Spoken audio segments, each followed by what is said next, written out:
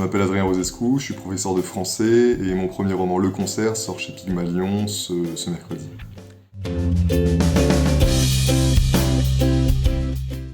Je pense que si je devais citer quelques classiques, ça serait par exemple L'illusion perdue de Balzac, tout Zola certainement, Le voyage au bout de la nuit de Céline évidemment, et puis L'enfant de Vallès que j'avais beaucoup aimé ces derniers temps. J'ai lu beaucoup de Lovecraft quand j'étais ado, tout le Trône de Fer aussi à l'époque, la saga de l'Assassin Royal aussi, et puis récemment Les Furtifs de Damasio m'ont beaucoup plu, tout comme pas mal de livres de Jaworski et notamment Gagner la guerre.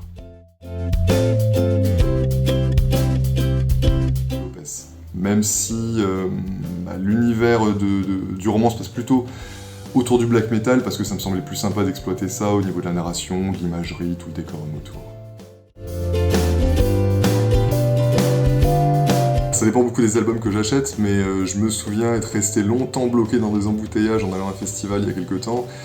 Et pendant toutes ces heures, j'avais quasiment écouté que la même chanson, c'était une chanson de Judas Priest qui s'appelle Touch of Evil. Et puis, une que les voisins doivent entendre souvent parce que je la joue à la basse, même si elle est bien kitsch, c'est Dawn of Victory de Rhapsody.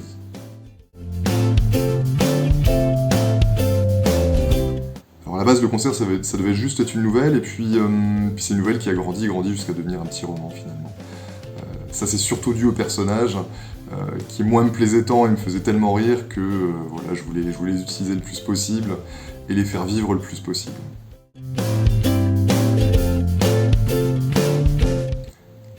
Tout d'abord, il se situe dans un univers que je connais bien, et en tout cas qui me passionne, qui est la musique et surtout le monde du métal. Mais je pense que sa grande force, c'est vraiment ses personnages, qui vont vivre le développement d'un mystère autour de la personne qui va les aborder pour signer un contrat. Et je pense notamment à un de ces personnages qui s'appelle Yann, qui est le chanteur, qui est bien fou, vraiment bien cinglé, et que j'avais même du mal, moi, à contrôler au fil des scènes. J'avais l'impression que si je le laissais tranquille pendant quelques secondes, il se mettait à faire n'importe quoi, il était toujours à l'affût pour ourdir un mauvais coup. Et je vous laisserai le découvrir dans le roman.